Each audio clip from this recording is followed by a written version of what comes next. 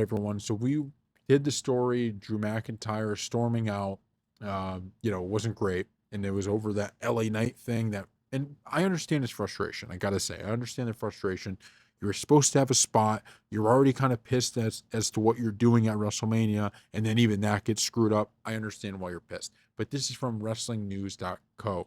PW Insider reports that after being asked about McIntyre's status for SmackDown, they were told anything is possible. It was added that it's not a case where the bridge is completely burnt to the ground, as the two sides have been in communication almost immediately after he stormed out. McIntyre began making appearances on SmackDown heading into the Royal Rumble. He has yet to comment on that situation publicly. So, look, Drew McIntyre, please go get back into the WWE. He's a fantastic superstar. Don't let this be something that like is an actual burned bridge. Because I get why he's frustrated. I do. I understand it. In a time where you have all of these really great main eventers and there's so few, actual main event slots, it's upsetting when you're like, look, I think I earned this, and you don't get it. That's upsetting. Especially when you put on the Hell in the Cell match you did. They gave you a little bit of a break, which was nice, and then you come back due to other injuries, right? Now you're back so they can put you on TV. And you're just kind of sitting there like, wait, I put on that great Hell in the Cell match. You gave me a vacation, and it's almost like I'm getting kind of screwed here because I'm not going to be in these main event storylines that I want to be in. And I get why that's upsetting. And then once you figure that out, okay, you're still going along with it. You're starting this feud with Damian Priest. He's supposed to eliminate you, but because of a mistake by LA Knight, you know, Logan Paul comes in. You were supposed to be out before then. And what happens is when Damian Priest is going to eliminate you, you bump into Logan Paul and LA Knight.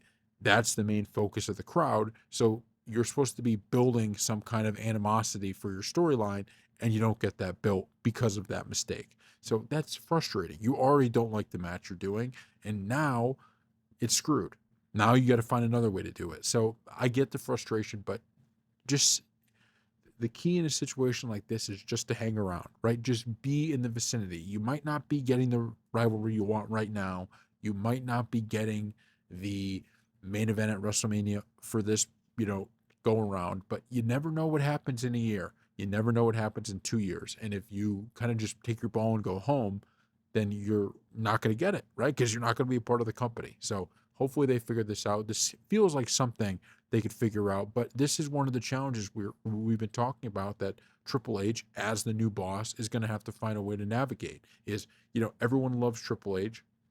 He's a nice guy. That's very clear. But these are the situations where there's no right answer here. You can't take Drew McIntyre and make up a main event for him to be in if that's where he wants to be. So Triple H is going to have to figure out a way to navigate this, right? You can't give the guy what he wants. So as a leader, how do you let him know that and still have him happy? It's going to be tough, but it's one of those moments that if Triple H is going to be as good as we think he could be in this job, he's going to have to deliver. So thank you all for watching.